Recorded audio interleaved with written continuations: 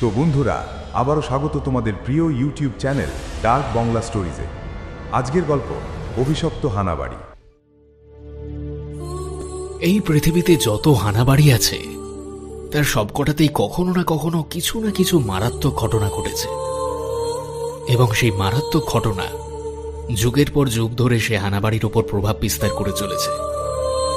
তবে আজ যে হানাবাড়ির গল্প শুনবেন সেটা অন্য হানাবাড়ির তুলনায় খানিকটা আলাদা।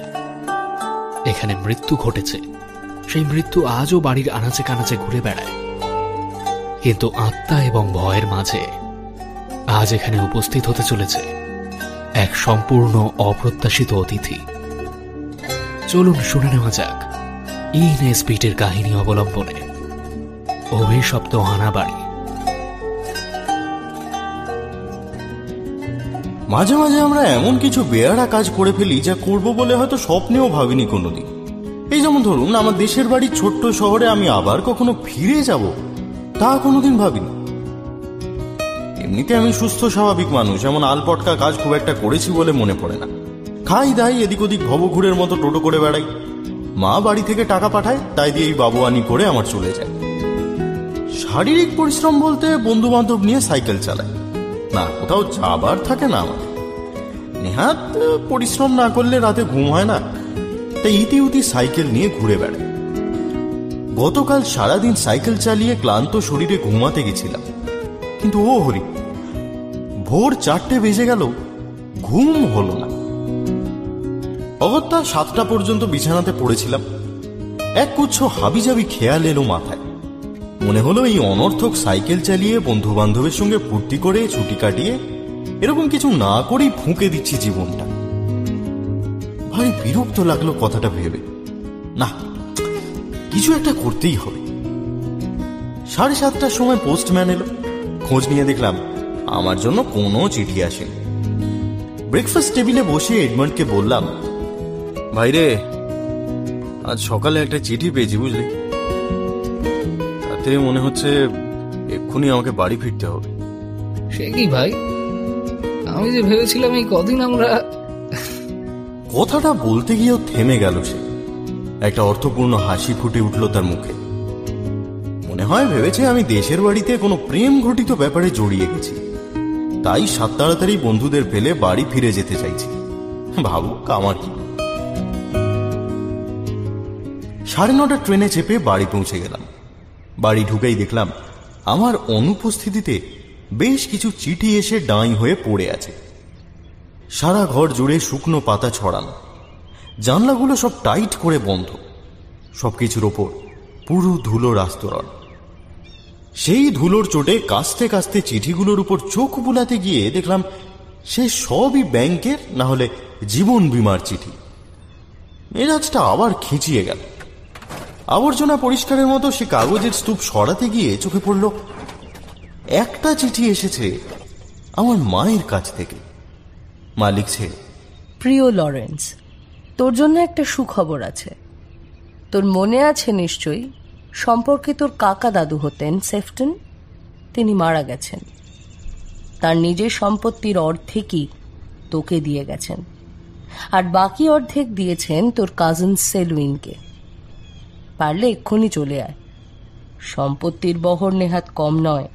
আপাতত এই খবরটুকুই জানালাম। তোর মা, মার্গারেট সেফটন।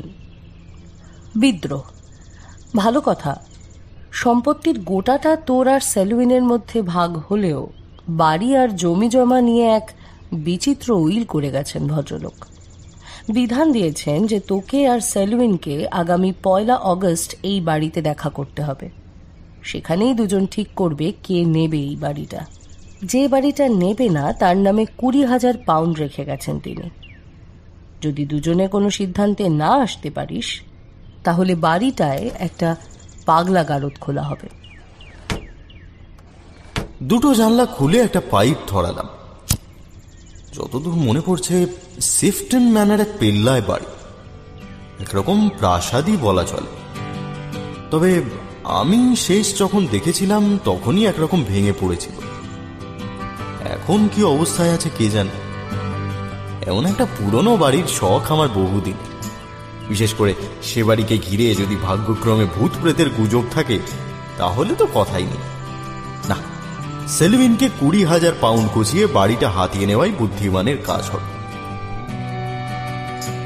কথাটা ভাবতেই খেয়াল হলো আজ 31শে জুলাই, অর্থাৎ কাল সেই বাড়িতে গিয়ে উপস্থিত হতে হবে আমাকে। শুধু তাই নয়, সেলভিনের সঙ্গে সলা পরামর্শ করে একটা সিদ্ধান্তও নিতে হবে। ছেলেটার সঙ্গে আমার সেরকম পরিচয় নেই, আমাদের পরিবারের শাখা প্রশাখা তো কম নয়। আজ অব্দি তাকে সামনে থেকে দেখিনি আমি, কেবল ছবিতে বার কয়েক দেখেছি। মনে মনে ঠিক করলাম তার সঙ্গে দেখা করার আগে বাড়িটাকে একবার সচক্ষে দেখা দরকার। ভাবা মাত্র পরে ট্রেনিং সেফটন ম্যানারের উদ্দেশ্যে পাড়ি দিলাম। মাঠের রাস্তা ধরে হাঁটলে মাইল খানেক। স্টেশনের কুলিটাকে জিজ্ঞেস করতেই সে উৎসাহ নিয়ে উত্তর দিল, প্রথমে বাঁ দিকেই ওই গলিটা, তারপর সেই রাস্তা ধরে জঙ্গল যতক্ষণ না আসছে হাঁটতে থাকবেন। তারপর জঙ্গল ধরেই বাঁ দিকে কিছু দূর হাঁটলে দূর থেকে দেখতে পাবেন বাড়িটা। বটে? আমি যতদূর জানি বাড়িটা বেশ পুরনো, তাই না? পুরনো বলে পুরনো, একেবারে চুরমার হয়ে ভেঙে পড়েছে, ছাদ দিয়ে জল টল পড়ে মশাই। মানে দামও বেশি হবে না, তাই তো? আপনি ও বাড়ি কিনবেন নাকি? আরে না না, আমারও তো পয়সা কোথায়। তাই বলুন, ও বাড়ির মালিকও বাড়িতে থাকতো না, ছেলে মারা যাওয়ার পর থেকে বাড়ির পাশেই লজে থাকতো। লজ থেকে বাড়িটার দিকে চেয়ে থাকতো সারাক্ষণ। এখন তো ফাঁকাই পড়ে আছে। নারকেল মালার মতো ফাঁকা মশাই, কেবল পুরনো আসবাবপত্র আর কাঠকুটুরি পড়ে আছে। কেউ চাইলেই ও বাড়িতে গিয়ে রাত কাটিয়ে আসতে পারে, তবে কেউ কাটাতে সাহস পায় না। সাহস পায় না কেন? মানে ভূত টুত আছে নাকি? আরে দূর মশাই, ভূত টুত বলে কিছু আছে নাকি? তবে আমার মাসি ওই পাড়ার লজেই কাজ করতেন। তিনি বলতেন কিছু একটা ওখানে আছে, ঠিক কি আছে বলতে পারতেন না। বটে? আশ্চর্য ব্যাপার তো। ভালো কথা, এখানে ভালো বিয়ের কোথায় পাওয়া যায় বলুন তো? কে খোঁজ দিতে পারি, তবে কিনা আমার তো স্টেশন থেকে বেরোনো বারণ। আপনি বরং কটা টাকা যদি আমাকে। কিছু টাকা পয়সা দিতে লোকটা যেন গলে গেল একেবারে। সে দ্বিগুণ উৎসাহ নিয়ে জানালো, জানেন স্যার, মাসি বলছিল বাড়িতে নাকি মাঝে মাঝে এক সাদা পোশাক পরা মহিলাকে দেখা যায়। শুধু তাই নয়, বার কয়েক এক চাদর আর গোল টুপি পরা লোককেও দেখা গেছে, অথচ বাড়ি ফাঁকাই থাকে। তাই নাকি? আর কি বল? লোকে বলে বহু বছর আগেও বাড়ির এক মেয়ে নাকি স্থানীয় কোন লোকের সঙ্গে পালিয়ে যাচ্ছিল। মাঝরাতে বাড়ির দরজা খুলে পালানোর সময় মেয়েটির বাবার ঘুম ভেঙে যায়। চোর ঢুকেছে ভেবে বন্দুক বার করে ছায়া লক্ষ্য করে গুলি চালান তিনি, আর তাতেই দুই প্রণয়ী সেখানেই মৃত্যু হয়। বাপ রে বাপ, এসব সত্যি ঘটেছিল নাকি? তাহা বলতে পারবো না, তবে এখানকার স্থানীয় চার্চে মারিয়া সেফটন আর জর্জ ব্যালার্ড নামে দুজনের সমাধি আছে। তাদের সমাধির ওপর লেখা আছে মৃত্যুও এদের আলাদা করতে পারলো না। ওরাই মনে হয় সেই দুই প্রেমিক প্রেমিকা। আর কথা না বাড়িয়ে লোকটার বলা কথা মতো পা বাড়ালাম। একরাশ পাইন, চেরি আর অচেনা গাছপালার ফাঁক দিয়ে হাঁটতে হাঁটতে সবুজের সার ভেদ করে একসময় চোখে পড়ল বাড়িটা, এবং বাড়ি থেকে খানিক দূরেই সেই লজটা। লজের সঙ্গে লাগোয়া চিমনি দিয়ে ধোঁয়া বেরিয়ে আসছে। বাড়িটার দিকে তাকালাম। লাল ইটের বাড়ি। আগে যেমন দেখেছিলাম তার থেকে বেশ খানিকটা ভেঙে ঝুরঝুরে হয়ে এসেছে, তবে আকারে দানবের মতো হলেও এখনো একটা আভিজাত্যের ছাপ বহন করছে। এর চিমনিতে কোনো ধোঁয়া নেই। ক্রমশ বাড়িটার দিকে এগিয়ে গেলাম। বাইরের বাগান পেরিয়ে যেতে বিশেষ বেগ পেতে হলো না। মেঝেতে শুকনো পাতা আর আবর্জনা ছড়িয়ে আছে। দেওয়ালের ইটগুলো মনে হয় সবই নিজের জায়গা থেকে ঠেলে বেরিয়ে এসেছে। তবে বাগানের দিকে তাকাতে মনটা ভরে গেল। এত বড় বাগান গোটা ইংল্যান্ডে আর আছে কিনা সন্দেহ। জানলাগুলোর দিকে চেয়ে বুকটা ছমছম করে উঠল। সেই দুই প্রণয়ীর ভূত কি জানলা দিয়ে উঁকি মারছে এখন? কে বলতে পারে? কদিন এ বাড়িতে কাটালে হয়তো তাদের সঙ্গে বন্ধুত্বও হয়ে যাবে। মনের ভেতর একটা লোভ উঁকি মেরে গেল। একটু বুদ্ধি খাটালেই এ বাড়ি আমার হয়ে যাবে।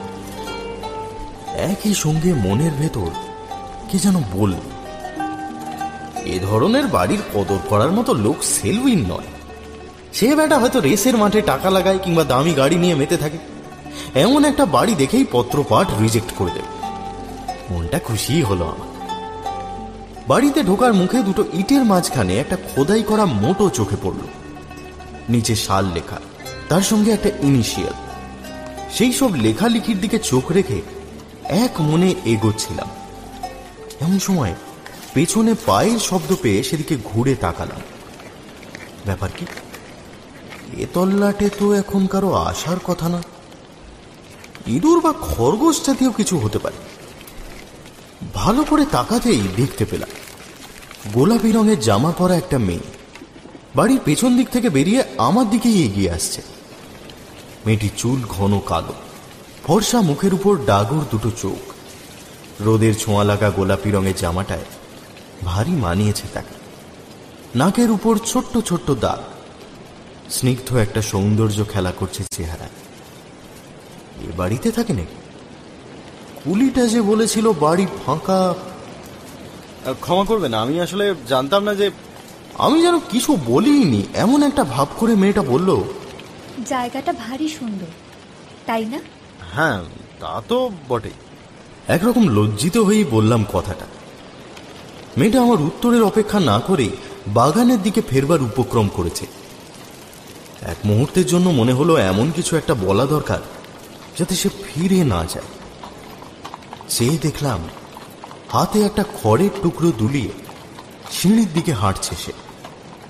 আপনি মনে হচ্ছে বাড়িটা আগেই দেখে ফেলেছেন। মেয়েটা থেমে গেল। সিঁড়ির একটা ধাপে পা রেখেছিল। হঠাৎ কি যেন মনে পড়েছে, এমন করে ফিরে এসে বলল, আগে না, দেখতে চেয়েছিলাম বলতে পারে। সেই উদ্দেশ্যেই তো এত দূর থেকে আসা। কিন্তু এই বাড়িতে ঢুকতে দেওয়ার কোনো লোক নেই। লজের কারো কাছে যাবিনি? থাকতে পারে, কিন্তু আমার অমন লোক ডেকে এনে ভূতের বাড়ি দেখতে একদম ভালো লাগে না। ভূতের বাড়ি দেখতে হয় একা একা। আপনি দেখুন, আমি বরং। কথাটা শেষ না করেই আমার দিকে একবার ভুরু কুঁচকে তাকালো মেয়েটা। আপাত মস্তক দেখল, হাতের দিকে চাইল। আমার হাতে একটা পারিবারিক আংটি জলজল করছে। সেটার দিক থেকে মুখ ফিরিয়ে নিয়ে বলল, আপনাকে দেখে তো একটা ভালো মানুষ বলেই মনে হচ্ছে। আমাকে একটা সাহায্য করতে পারবেন? কেমন সাহায্য? একতলার পেছন দিকে একটা জানালা আছে, সেটা ভেঙেই ঢুকবো ভেবেছিলাম, কিন্তু জানালাটা না একটু ওপরে। আপনি তো আমার থেকে লম্বা, আপনি যদি কোনোভাবে ঢুকে। কথাটা বলেই শ্বেত পাথরের ঝর্ণাটা পেরিয়ে হাঁটা লাগালো সে।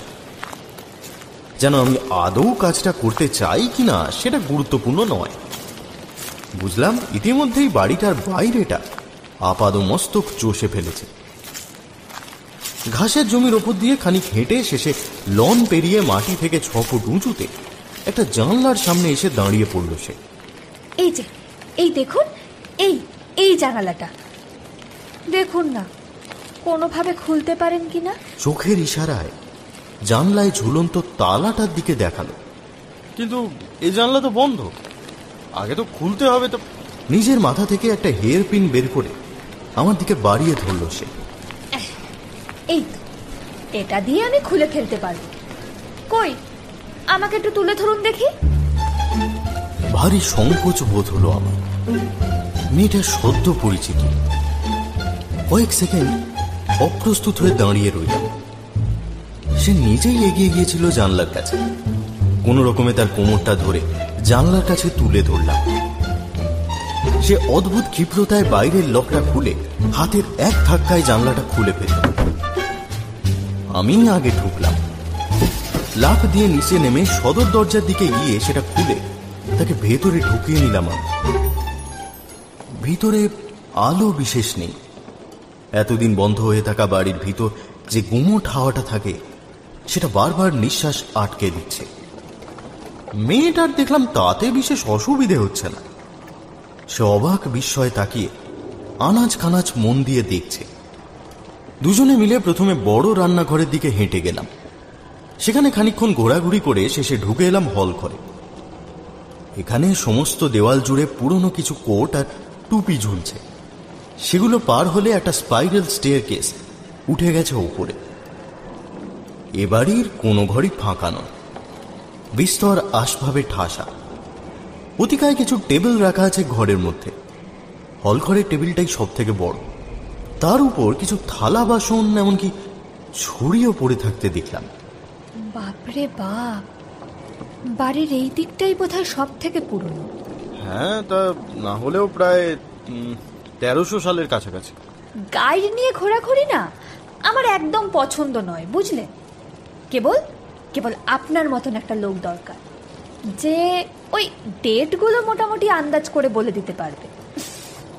কথাটা প্রশংসা না নিন্দা বুঝতে পারলাম না। যাই হোক, ছবিঘর, পার্লার আর লাইব্রেরি একে একে ঘুরে দেখলাম। বেশিরভাগ ঘরই সাজানো গোছানো, তবে ধুলো পড়ে গেছে প্রায় সব জায়গাতে। ঘুরতে ঘুরতে শেষ পর্যন্ত দোতলার পার্লারে একটা বড় প্যানেল করা ঘর চোখে পড়ল। সেই ঘরটার দিকে তাকিয়েই মেয়েটা একটা ভূতের গল্প শোনালো আমাকে। অবশ্য গল্পটা আমি আগেই শুনেছি, কেবল একটা পার্থক্য খেয়াল করলাম একবার। এটাই সেই ঘর, বুঝলেন? এখানেই শেষবারের মতো দেখা হয়েছিল দুজনের। এখান থেকে বেরোতে গিয়েই তো মেয়েটার বাপ গুলি করে মেরে ফেলেছিল দুজনকে। আপনি কি করে জানলেন? কারণ লজের মাসি বলেছিল এই ঘর থেকেই নাকি মাঝে মাঝে আলো দেখা যায়। এখানে মারা গেছিল বলেই হয়তো এই ঘরটাকেই হন্ট করে ওরা। শুনেই কেমন রোমাঞ্চ হচ্ছে না? আচ্ছা, আপনার এরকম ভুতুড়ে বাড়িতে থাকতে ইচ্ছা করেন? মাথা খারাপ নাকি?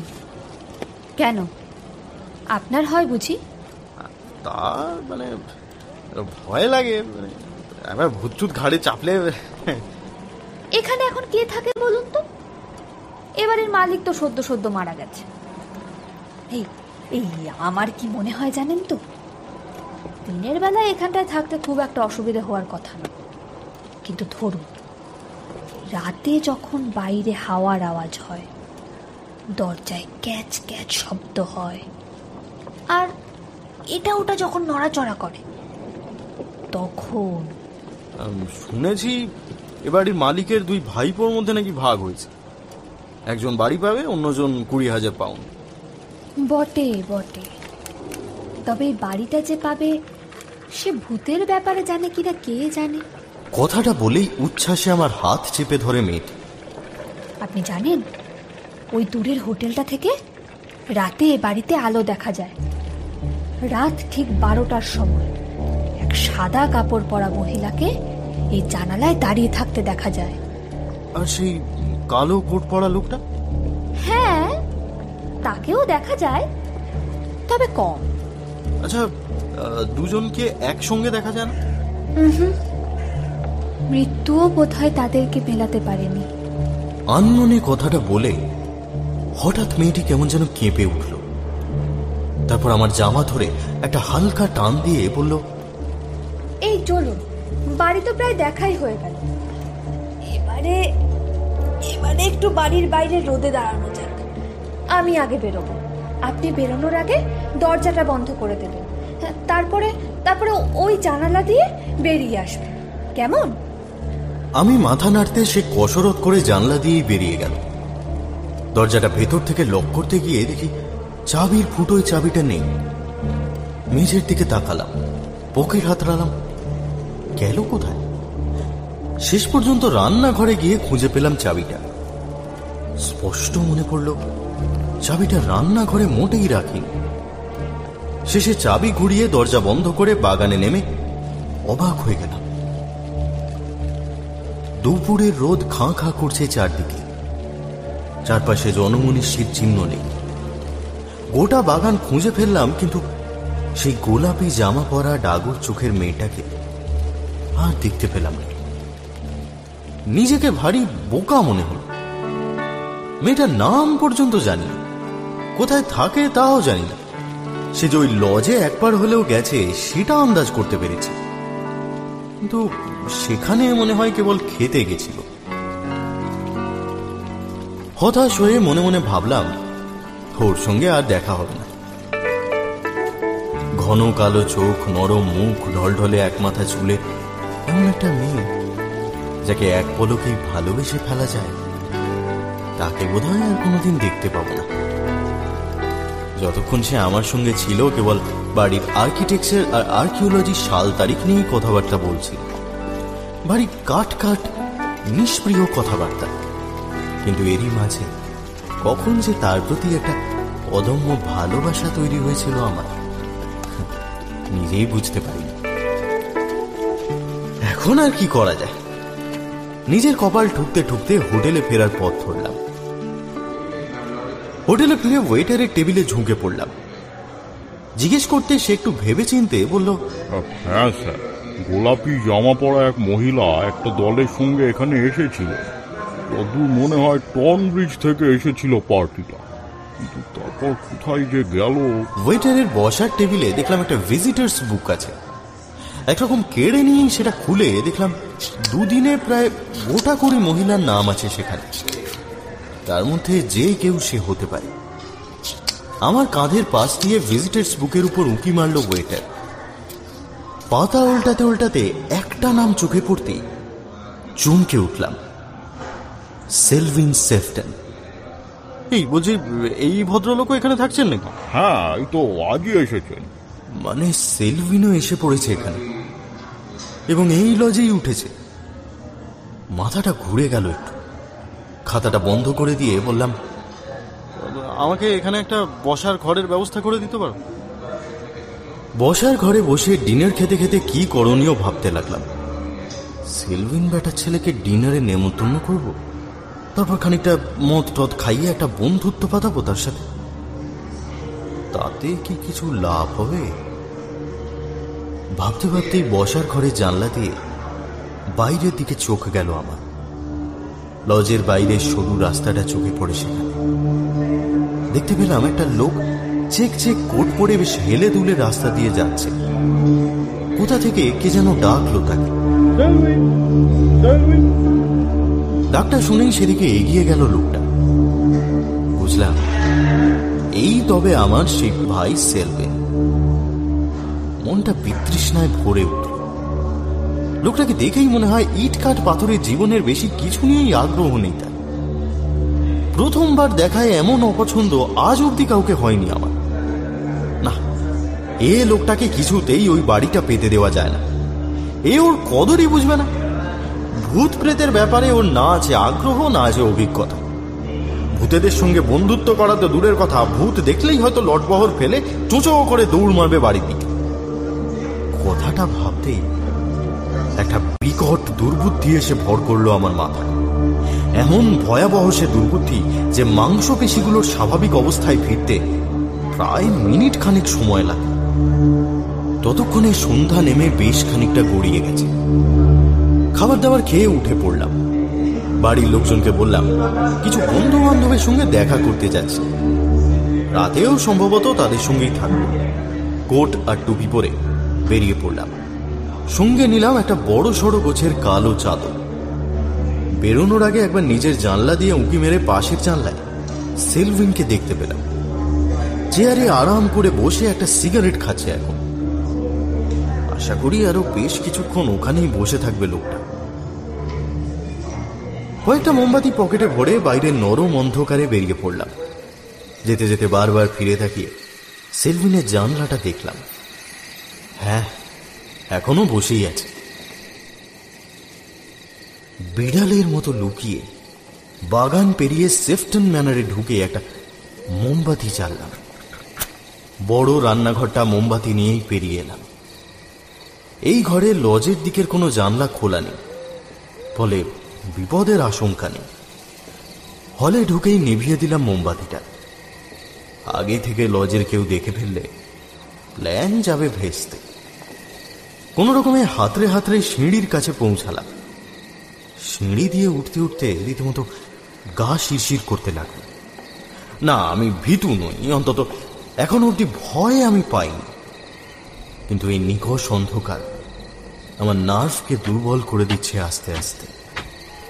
সিঁড়ি দিয়ে উঠছিলাম, হঠাৎ মনে হলো আমার পেছনে যেন কেউ এসে দাঁড়িয়েছে। সেও সিঁড়ি দিয়ে উঠছে আমার সঙ্গে পা মিলিয়ে। দেওয়াল হাতড়ে কোন রকমে সিঁড়ির মাথায় পৌঁছালাম। ছবির ঘর পেরিয়ে ঢুকে এলাম সেই সাদা রং করা ঘরে। সে ঘরে জানলা বন্ধ করে ছোট্ট একটা জানলাবিহীন ঘরে ঢুকে এলাম। মোমবাতিটা আবার জ্বাললাম। যতদূর মনে পড়ছে এই ঘরটা বেশ সাজানো গোছানো। একটা দেশলাই জ্বাললাম, তারপর দরজা বন্ধ করে ম্যান্টেল পিসের কাছে এসে দুটো মোমবাতি দান টেনে পার করলাম। এক একটা মোমবাতি দানে মোট 20টা মোমবাতি ধরে। সেই দুটোকে টেবিলের উপর রেখে দিলাম। টেবিলটা লজের দিকের জানলা থেকে মাত্র গজ কয়েক দূরে। কাজটা কিন্তু সোজা নয়, খানিক হাঁপিয়ে গেছিলাম। মাটিতে বসে দম নিলাম। মাথাটাও উত্তেজনা কাটিয়ে একটু পরিষ্কার হল। পাশের ঘর থেকে চাদর আর গোল টুপিটা চাপিয়ে ঘড়ির দিকে তাকালাম। 11:30। ঘরেরই এক কোণে বসে অপেক্ষা করতে লাগলাম। এ বাড়ি যে কোনো মূল্যে আমার চাই। সেই গোলাপি জামা পরা মেয়েটির কথা মনে পড়ে গেল। না জানি সে এখন কোথায় আছে। আচ্ছা, এমনও তো হতে পারে আমার এরকম একটা বেপরোয়া কাজ মেয়েটার একেবারেই পছন্দ হলো না। এইসব ভেবে কাজ নেই। আপাতত ও চিন্তা সরিয়ে রাখলাম মাথা থেকে। দেখতে দেখতে মিনিট 10 কাটল। 11:40। মন বলল 12টা অবধি এখানে অপেক্ষা করতে পারবো না। বাইরে ঠান্ডা বেড়েই চলেছে। জানলা বেশিক্ষণ খোলা রাখা যাবে না। তাছাড়া আরো একটা অস্বস্তি থেকে থেকে ঘিরে ধরছে আমাকে। সেটা কিসের মনে হয় বুঝতে পারছি। দরজা খুলে বুকে হেঁটে এমন ভাবে টেবিলের কাছে পৌঁছালাম যাতে জানলা দিয়ে আমাকে দেখা না যায়। কাঁপা কাঁপা হাতে একটা একটা করে 40টা মোমবাতি জ্বালালাম। এতগুলো মোমের আলোয় অন্ধকার ঘরটা এতক্ষণে আলোয় আলোকিত হয়ে উঠেছে। একবার মনে হলো কাজটা ভারী বোকা বোকা হচ্ছে। পরক্ষণেই মনে জোর এনে শটান উঠে দাঁড়ালাম। এগিয়ে এসে আলোক বৃত্তের সামনে জানলার কাছে গেঁট হয়ে দাঁড়ালাম। চাদরটা আগা পাঁচতলা জড়িয়ে নিলাম গায়ে। ভূত সেজে দাঁড়িয়ে রইলাম। দূরের ওই লজের জানলা থেকে এখন চাইলেই আমায় দেখা যাবে। তবে আমার মূল উদ্দেশ্য সেলভিন। সে আমাকে দেখে ভয় পেলেই আশা করি এ বাড়িতে আর থাকতে চাইবে না। বড় করে একটা নিঃশ্বাস নিলাম। চাদরটা আরেকটু ছড়িয়ে দিলাম। ভালো করে তাকিয়ে দেখলাম সেলভিনের জানলাতেও একটা আবছা ছায়ামূর্তি এসে দাঁড়িয়েছে। এতক্ষণে মনে হয় দেখতে পেয়েছে এবারই জানলাটা। এতগুলো মোমবাতির আলোর সামনে একটা চাদর জড়ানো মূর্তির ছায়া। ঘোড়ার লেজে টাকা বাঁধা সেলভিনের মুখটা মনে পড়তেই হাসি পেয়ে গেল আমার। খেলাটা কয়েক সেকেন্ড দেখালেই ওষুধ কাজ করবে মনে হয়। ঠিক এই সময় পেছন থেকে একটা ভীষণ ক্ষীণ শব্দ কানে এলো আমার। তারপরে নিশ্ছিদ্র নীরবতা। ব্যাপার কি? আওয়াজটা এসেছে আমারই ঘরের দরজার কাছ থেকে। ইঁদুর নাকি? বড় করে একটা নিঃশ্বাস নিয়ে আগের মতোই দাঁড়িয়ে রইলাম, কিন্তু পারলাম না। কয়েক সেকেন্ড পরেই কাঠের উপর পা পড়ার একটা ক্যাঁচ শব্দ হলো। পেছনে ফিরে আতঙ্কে পাথর হয়ে দেখলাম আমার ঘরের দরজাটা মৃদু শব্দ করতে করতে খুলে যাচ্ছে। একটা আবছা অবয়ব চোখে পড়ছে সেই অন্ধকারে। লম্বা একটা মোমবাতি ধরে কেউ যেন দাঁড়িয়ে আছে সেখানে। হালকা আলোর রেখায় উদ্ভাসিত হয়ে উঠেছে ফ্যাকাশে সাদা একটা মুখ।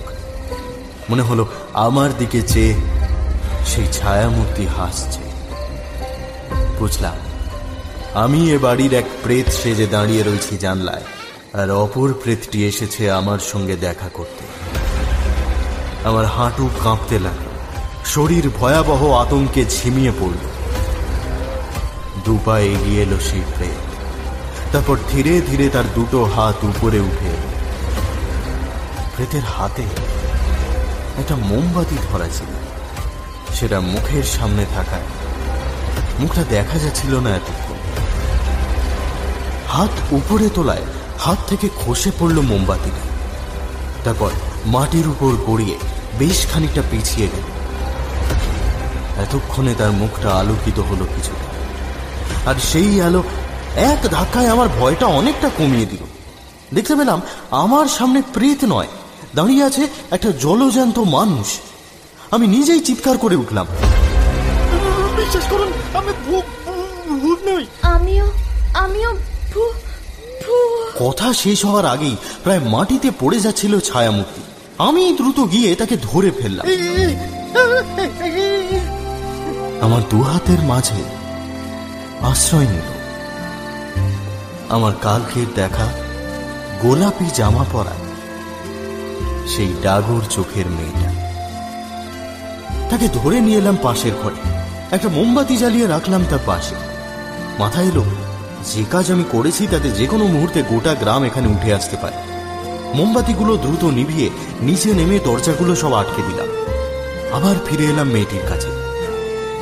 এখানে আসার আগে কেন যে এক গ্লাস ব্র্যান্ডি নিয়ে এসেছিলাম তা নিজেই জানি না, সেটাই তার ঠোঁটের উপর ঢাললাম। তার হাতের তালুতে বেশ কিছুক্ষণ হাত ঘষতে ধীরে ধীরে চোখ মেলে চাইল। আপনি ঠিক আছেন তো? আমার হাতের উপর তার মাথাটা একটু নড়ল। এখন ঠিক লাগছে। আসলে যা হয়েছে সব আমার জন্য। ঠিক এই সময় নিচের বাগান থেকে কার যেন গলার আওয়াজ ভেসে এলো। আমার হাতটা জড়িয়ে ধরলো মেয়েটা। ওটা কার গলা? আরে চিন্তা করো না, গ্রামের লোকজন আলো দেখতে পেয়ে উঠে এসেছে। মনে হয় আমাদের চোর ছেঁচড় ভেবেছে।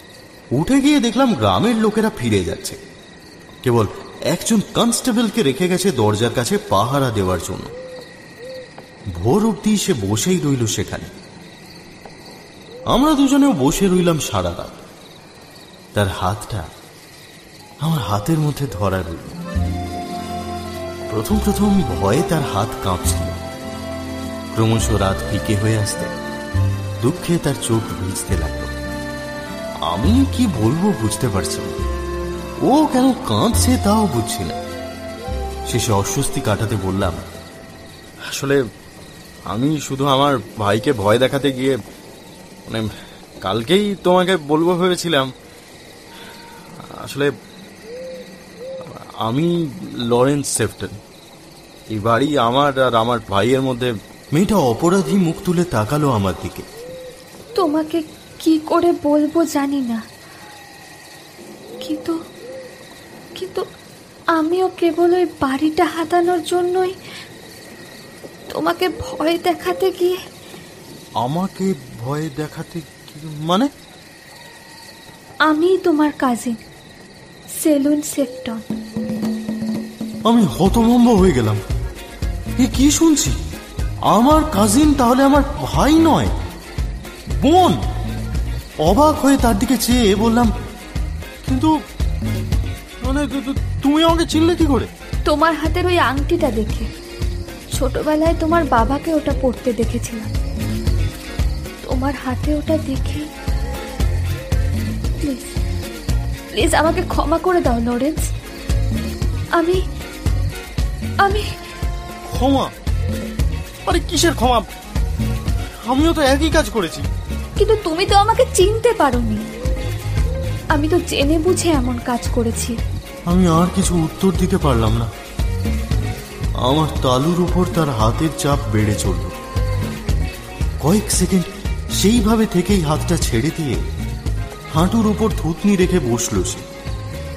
ক্লান্ত অবসন্ন গলায় বলল, আচ্ছা, বাড়িটার কি হবে তাহলে?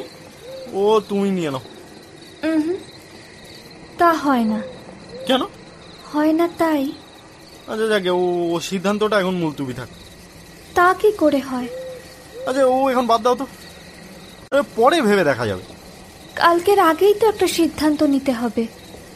আচ্ছা তাই যদি হয়, আচ্ছা শোনো, কাল উকিলদের সঙ্গে বসার আগে আমার সঙ্গে একটু কথা বলে নেবে, ঠিক আছে? কথাটা শুনে সে একটু শান্ত হলো, বোধহয় একটু হাসিও ফুটল মুখে। আমার কনুইটা খামচে ধরে লাজুক মুখে বলল, এই জানো, আমি ভেবেছিলাম তুমি বুঝি আরেকটা ভূত। আর আমি ভেবেছিলাম তুমি। তোমার থেকে বেশি ভয় আমি পেয়েছিলাম। খানিক পর উঠে গিয়ে জানলা দিয়ে দেখলাম কনস্টেবলটা এতক্ষণ বসে থেকে আবার গ্রামের দিকে ফিরে গেছে। আমরা দরজা দিয়ে বেরিয়ে লজের কাছে ফিরে এলাম। সেলভিনের জানলা দিয়ে ওর ঘরেই ঢুকে এলাম। পরের গোটা দিন গার্ডেন পার্টির আমেজ ঘিরে ধরল সেফটন ম্যানরকে। গম্ভীর মুখের সব লোক, উকিল আর এক্সিকিউটিভদের আনাগোনা লেগে রইল সকাল থেকে। সেলভিনকে মুখ নিচু করে সারাদিন ওর মাসির পেছন পেছন ঘুরতে দেখলাম। তা তোমাদের সিদ্ধান্তটা তো এবার জানতে হয়। আমার কাকার উকিল চশমাটা নাকের উপর গলিয়ে উল্টো দিকে সোফায় বসা আমাদের দিকে তাকিয়ে বললেন, আর 1 ঘন্টা বাকি আছে প্রায়। মানে আমরা যদি নিজেদের মধ্যে একটু কথা বলতে পারতাম আর কি।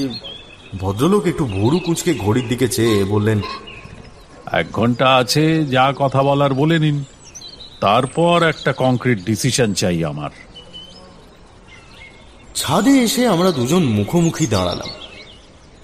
আমি সেলভিনের মুখের উপর ঝুঁকে পড়ে বললাম, দেখো, আমার একটা প্রস্তাব আছে। আপাতত বাড়িটা তুমিই নাও, আমি যে 20,000 পাবো সেটা দিয়ে এটা মেরামতের বন্দোবস্ত করা যাবে। তারপর সেসব পার্ট চুকে বুকে গেলে ভেবে দেখা যাবে কে নেবে বাড়িটা। কিন্তু তখনই বা সিদ্ধান্ত নেব কি করে? আরে লটারি করব, কয়েন টস করব, কিছু করে ঠিক হয়ে যাবে। আগে বলো এতে রাজি কিনা। না, তার দরকার নেই, এখনই বলে দিচ্ছি, ও বাড়ি তুমিই নাও। তার বাবা, তুমি নাও। না তুমি। বেশ, তাহলে চলো বিয়ে করে নি। হ্যাঁ? হ্যাঁ কি, বিয়ে করতে চাও না তো? মানে তুমি আমাকে রিজেক্ট করলে, আমিও তোমার উপর রেগে গিয়ে বাড়িটাকে রিজেক্ট করলাম। তুমি বাড়িটা নিতে চাইলে না, আমিও নিতে চাইলাম না, ব্যাস একটা পাগলা কারদ হয়ে গেল। এই ভালো হয়, তাই তো? কিছুক্ষণ ঠোঁটে আঙুল রেখে কি যেন ভাবলো সে, তারপর গম্ভীর গলায় বলল, আচ্ছা বেশ, আমি আপাতত বাড়িটা নিচ্ছি। একবার মেরামতের কাজটা শেষ হয়ে যাক, তারপরে টস করে দেখা যাবে কার ভাগ্যে থাকে এই বাড়িটা। শেষ অবধি উকিলদের সামনে সেলভিনের হাতেই গেল বাড়িটা। মাসখানেকের মধ্যে ধীরে ধীরে তার মেরামতের কাজকর্ম সম্পন্ন হল। এতদিন কাজ চলাকালীন বহুবার মেরামত তদারক করতে ছাদে দেখা করেছি আমরা। তদারকের বিশেষ প্রয়োজন ছিল না অবশ্য। সব কাজ শেষ হওয়ার পর আমরা আবার সেই ছাদে এসে দাঁড়ালাম। বাড়িটা এতদিনে আবার ঝকঝকে প্রাসাদে পরিণত হয়েছে। বলছি, এখন তো সব কাজ শেষ, তাহলে টস করা হোক। সে ঘাড় নাড়তে আমি কয়েন ছুঁড়ে দিলাম উপরে। হেড পড়লে বাড়ি তোমার, টেল পড়লে আমার, ঠিক আছে? কয়েনটা মাটিতে পড়ল। আমরা অবাক হয়ে দেখলাম টেল বা হেড কিছুই পড়েনি তাতে। দুটো ইটের খাজে লম্বা লম্বি আটকেছে। সে হাসলো, আমিও হাসলাম। এ বাড়ি আমার নয়। আমারও নয়। আবার ঠোঁটে আঙুল রেখে কি যেন ভাবলো সে, তারপর আমার দিকে চোখ না তুলেই ভাবুক গলায় বলল, আচ্ছা, একটা কথা ভাবছি, বুঝলে? কিছুতেই যখন কোনো লাভ হচ্ছে না, আমরাও রাজি হচ্ছি না, তাহলে কি? তোমারও না আমারও না, বাড়িটা যদি আমাদের হয়।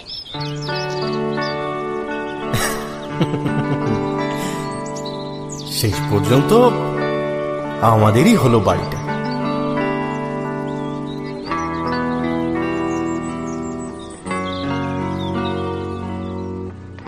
ভূত মানুষের ভালো বা ক্ষতি করতে পারে তা আগেই বলেছি, কিন্তু ভূতের গল্প মানুষকে প্রেমে ফেলতে পারে সে কথা আগে জানতেন কি? বন্ধুরা, গল্পটি যদি ভালো লেগে থাকে তাহলে অবশ্যই আমাদের ডার্ক বাংলা স্টোরিজ ইউটিউব চ্যানেলটি সাবস্ক্রাইব করুন। আপনাদের একটা সাবস্ক্রিপশন আমাদের নতুন নতুন গল্প বানাতে উৎসাহ দেয়, তাই পাশে থাকুন, ভালোবাসা দিন। আবার দেখা হবে পরের ভৌতিক গল্পে। ধন্যবাদ।